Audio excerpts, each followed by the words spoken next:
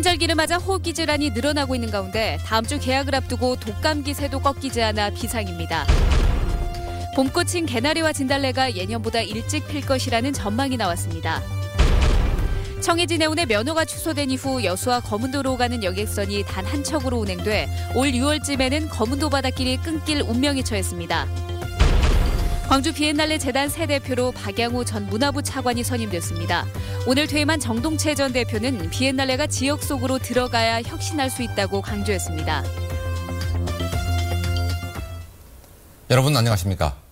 요즘 호흡기 질환 때문에 고생하는 사람들이 많습니다. 환절기에 몰아닥친 황사와 미세먼지가 심수를 부렸습니다.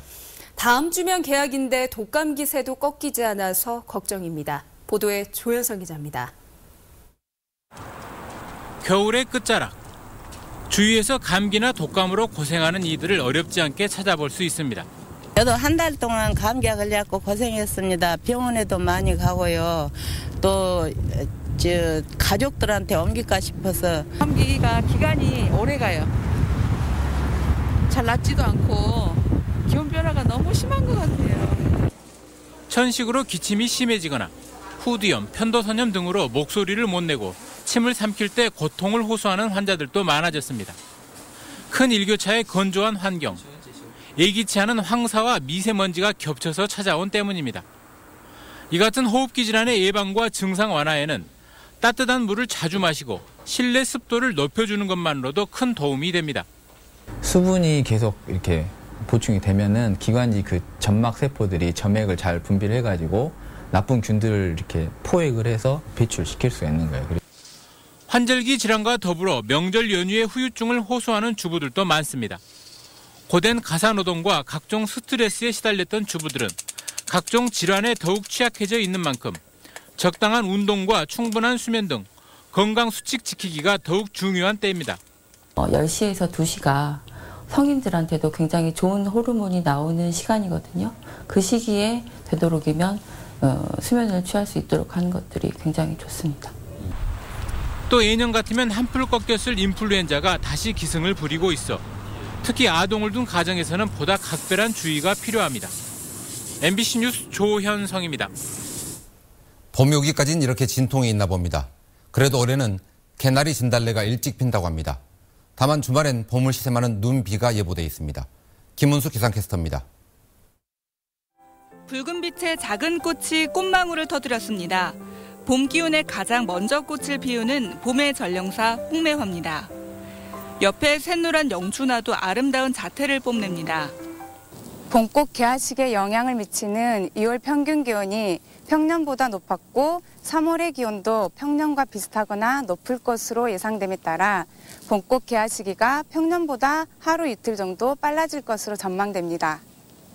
광주에서 개나리는 3월 21일, 진달래는 3월 26일을 전후로 개화할 것으로 전망됐습니다. 봄꽃의 절정 시기는 개화 후 일주일 정도 뒤로 4월 초에는 전국에서 만개한 봄꽃을 볼 수 있을 것으로 전망됩니다. 하지만 이번 주말과 휴일에는 봄을 시샘하는 굳은 날씨가 예상됩니다. 주말인 내일 낮부터 추위는 누그러지겠지만 차차 흐려져 밤부터 비가 오겠고 모레 오전까지 예상되는 비의 양은 5에서 20mm입니다. 또 동부 내륙과 지리산 부근에도 다소 많은 눈이 쌓이는 곳이 있겠습니다. 일요일 아침에 비가 그치고 난 뒤에는 맑은 날씨를 되찾겠고 당분간 포근한 날씨가 이어질 것으로 전망됩니다. MBC 뉴스 김은수입니다. 신세계가 금호산업 인수전에서 철수했습니다. 신세계는 오늘 금호산업 인수 의향서를 철회한다는 입장을 산업은행 측에 전달했다고 밝혔습니다. 유통업계에서는 신세계그룹이 롯데그룹의 참여를 견제하기 위해서 인수 의향서를 냈다가 롯데 측의 불참을 확인하고 의사를 번복한 것으로 해석하고 있습니다. 광주 비엔날레 새 대표이사에 박양우 전 문화부 차관이 선임됐습니다. 박양우 대표는 광주 출신으로 문화예술 분야에서 다양한 직무를 수행했고 아시아 문화중심도시 조성위원회 부위원장과 2012 광주 에이스페어 추진위원장 등을 역임했습니다. 박 대표는 광주 비엔날레를 발전시켜야 한다는 무거운 책임감을 느낀다며 혁신안을 바탕으로 오는 4월 초에 종합발전계획을 발표하겠다고 말했습니다. 새 대표가 취임하기 전까지 비엔날레 재단을 맡았던 정동채 대표는 물러났습니다. 6개월간 무보수로 일하면서 혁신안을 만들었고 퇴임 기자회견에서는 잠시 울먹이기도 했습니다. 할 말이 많을 것 같아서 김낙곤 취재부장이 만났습니다.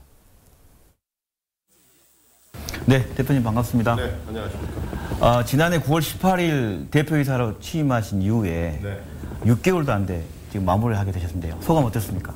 5개월 10일 됐습니다. 제가 이제 광주 비엔날레를 정상화시키겠다고 말씀드리면서 들어온 지가 5개월 10일 됐습니다. 그동안에 15차례 혁신 회의를 했습니다. 집중 워크숍, 시민 공청회 등을 통해서 7개의 혁신안을 마련했습니다.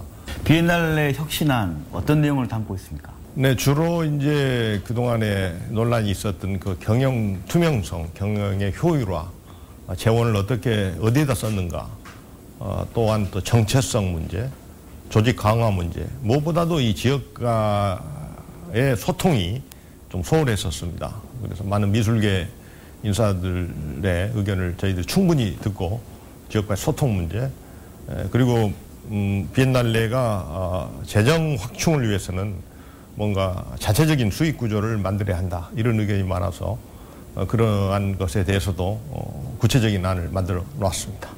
뭐 떠날 때는 말없이라는 얘기도 있습니다만 혁신 과제를 제시하시고 호련히 떠나는 입장에서 광주 지역 문화계의 문제점과 어떤 개선 방안을 얘기하신다면 어떤 얘기 하실 수 있는가요? 광주 문화계가 저는 이렇게 그동안에 비엔날레에 대한 섭섭함 때문에 저는 그랬으리라고 생각합니다만 저희들이 한 5개월 동안 일을 해보니까 적극적인 참여, 그리고 비판도 애정어린 비판, 사실에 근거한 비판, 그런 것이 좀 아쉽다.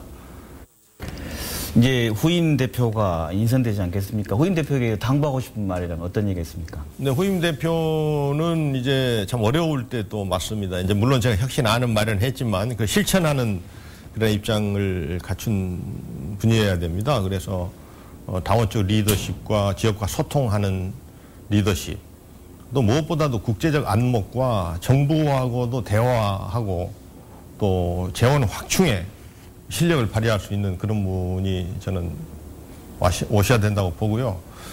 혁신위원장 맡으시면서 한 6개월여 고생 많으셨습니다. 네, 감사합니다. 네, 감사합니다. 네, 고맙습니다. 다음 소식입니다. 청해진 해운의 면허가 취소된 이후 여수 검은도 항로는 현재 여객선 한 척이 운항을 하고 있습니다. 최악의 경우 오는 6월에 여객선 투입이 중지될 수 있다는 전망이 나왔습니다. 권남기 기자입니다. 여수 검은도 항로를 운항하는 여객선 줄리아 아쿠아호에 일부 문제가 발견되면서 해운 당국이 고민에 빠졌습니다. 현재 검은도 항로에 2배 한 척밖에 없어 수리를 하는 동안은 검은도행 교통편이 아예 사라지기 때문입니다. 해당 선사는 줄리아 아쿠아호의 대체 선박으로 데모크라시 5호를 임대해 운항을 준비 중이지만 현재 대체 선박 역시 엔진 쪽 부품을 구하기 힘들어 오는 6월쯤이나 운항이 가능할 것으로 예상됩니다. 반면 운항 중인 줄리아 아쿠아호는 이번 문제에 대한 수리를 마치더라도 같은 달인 6월 14일까지 2에서 3주 정도 걸리는 정기 검사를 받아야 합니다. 만약 그때까지 대체 선박의 검사가 끝나지 않으면 여수 검은도 항로에 투입할 선박이 없는 최악의 상황이 벌어지게 됩니다.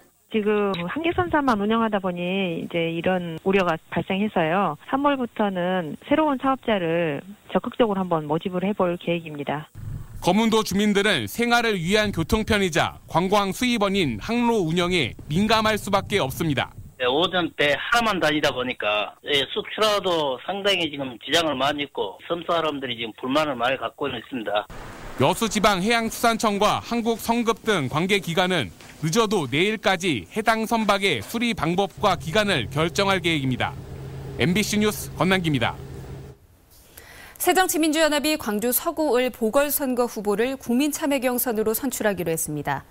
새정치민주연합 최고위원회는 보궐선거 후보자가 경합하는 경우 권리당원 50%와 일반 유권자 50%를 반영해 경선을 실시하기로 했다고 밝혔습니다.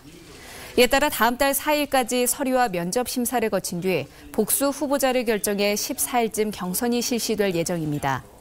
한편 광주 서구울 선거구에서 조영택 전 국회의원과 김하중 당 법률위원장, 김성현 전 민주당 광주시당 사무처장 등 3명이 새정치민주연합 소속으로 예비후보 등록을 마쳤습니다.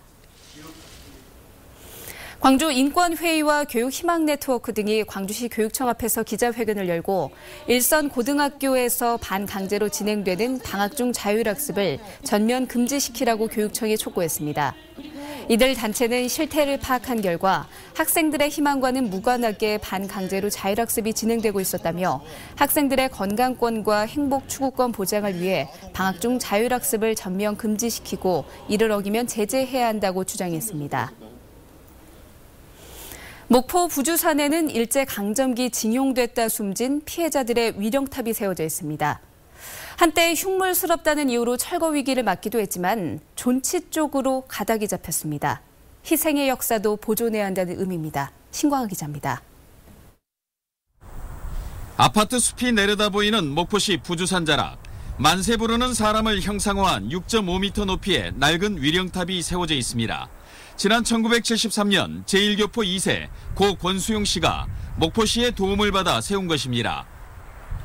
위령탑 속 납골함에는 일제강점기 전남에서 강제 동원됐다 탄광사고로 숨진 71명과 원폭 사망자 169명의 유골이 보관돼 있었습니다. 일제강점기에 강제 동원됐다 일본에서 사망한 240명의 피해자의 넋이 서린 이 위령탑은 그러나 한때 관리 부실로 철거될 위기에 놓여 있었습니다. 1985년 충남 천안 망향의 동산으로 유골을 이장하면서 흉물로 변하자 철거를 요구하는 민원이 높아졌기 때문입니다.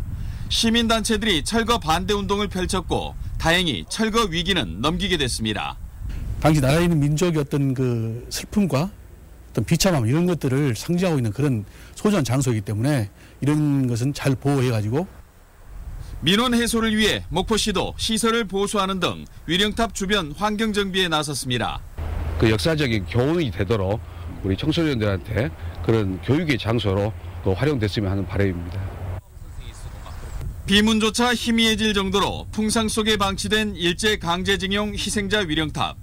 비록 철거 위기는 넘겼지만 제대로 된 관리 대책은 여전히 마련되지 않고 있습니다. MBC 뉴스 신광하입니다. 나주경찰서는 10개월 된 딸을 때려 숨지게 한 혐의로 어머니 33살 김모 씨에 대해 구속영장을 신청했습니다. 김 씨는 오늘 새벽 4시쯤 나주시 금천면의 자택에서 10개월 된 딸의 복부와 머리를 때리고 다리를 무는 등 폭행에 숨지게 한 혐의를 받고 있습니다. 딸이 숨지자 응급실로 데려왔던 김 씨는 현장에서 긴급 체포됐습니다.